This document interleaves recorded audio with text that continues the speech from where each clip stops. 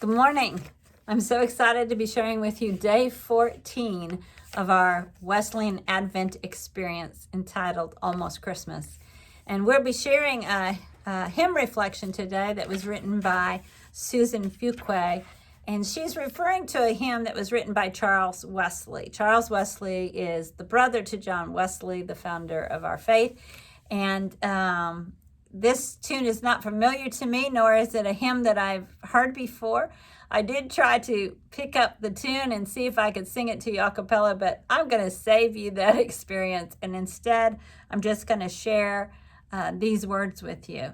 So let's join together as we hear the words to this hymn. All glory to God in the sky. All glory to God in the sky, and peace upon earth be restored. O Jesus, exalted on high, appear, our omnipotent Lord, who meanly in Bethlehem born did stoop to redeem a lost race. Once more to thy creatures return and reign in thy kingdom of grace.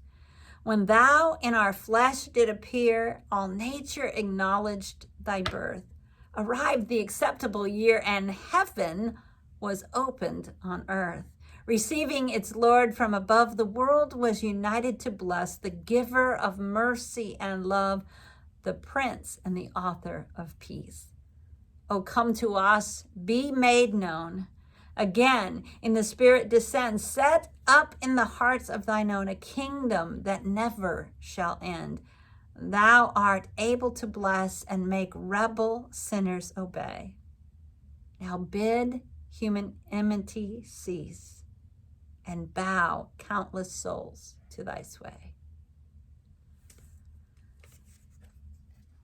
What could be possibly a bigger dream, wish, hope, and prayer than for peace upon earth to be restored?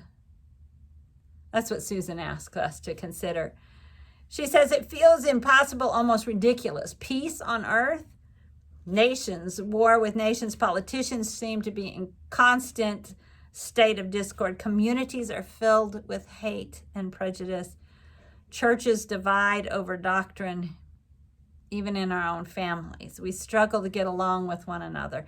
In fact, she said when she prays these words, as much as she longs for peace on earth, she finds it hard to admit and hard to believe that the day will ever come. And yet she says when she reads the words of this hymn, the hymn that we just shared, she discovers that Charles Wesley is offering assurance that Jesus has already come to restore peace. She reminds us of these words, O Jesus, exalted on high, did stoop to redeem a lost race. Once more to thy creatures return and reign in thy kingdom of grace. What a great, great line. In practical terms, she says, what is Wesley talking about, she asks. And she suggests that if we'd continue to read his lyrics, that we would be seized by his conviction that when Christ appeared in the flesh, the world became united with the Prince of Peace. No horrid alarm of war, no sound of the trumpet is there, where Jesus' Spirit overflows. Perhaps Wesley is suggesting that peace isn't a faraway dream, and in fact, that we can experience every day. Rather than waiting for the world to be peaceful, we have a more active task of embracing the quiet and peaceable reign of Jesus in our own hearts. When we turn over our angers, disappointments, and frustrations to God, then God is there to give us peace. This is the peace that surpasses understanding. She highlights that for us from Philippians chapter 4, verse 7. A peace that actually might begin to change the world, maybe just one person at a time. She begins to share a lesson that she received where that really began to be true to her, that peace can be experienced one person at a time. She says it hit home for her when a dear friend told her about her work as a weekend counselor at a Christian retreat. She somewhat naively asked her how in the world she could possibly help someone in need in only one weekend. We might join her in that question, right? She had a ready answer. She didn't even hesitate, she said. And the answer the friend gave was because every problem, every hurt, every broken relationship ultimately requires the same spiritual discipline. Well, she said she had to hear that one.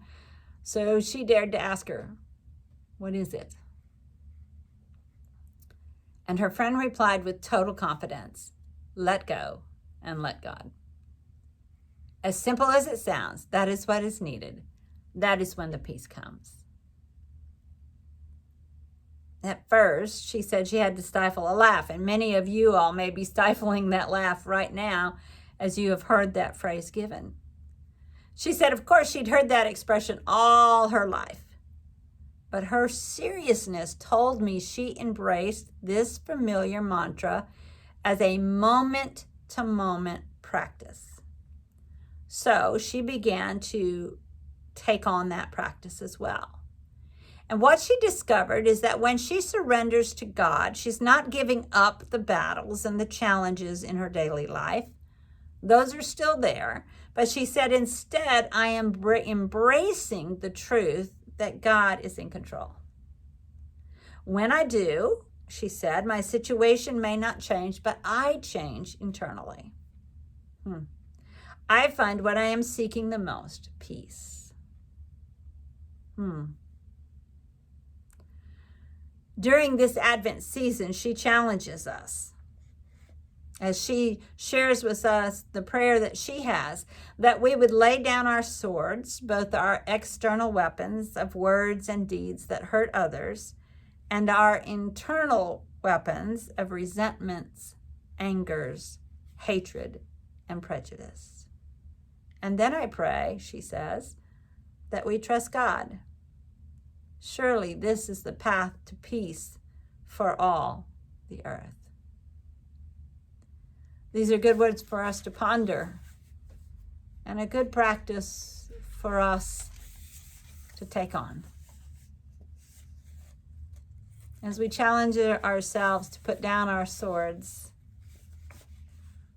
of external weapons such as words and deeds that hurt and lash out and mean to harm, and to let go of the internal weapons of resentment, anger, hatred, prejudice, bitterness, and shame, all of which harm ourselves. So I join her in challenging you to take on the spiritual discipline of daily letting go and letting God. Blessings.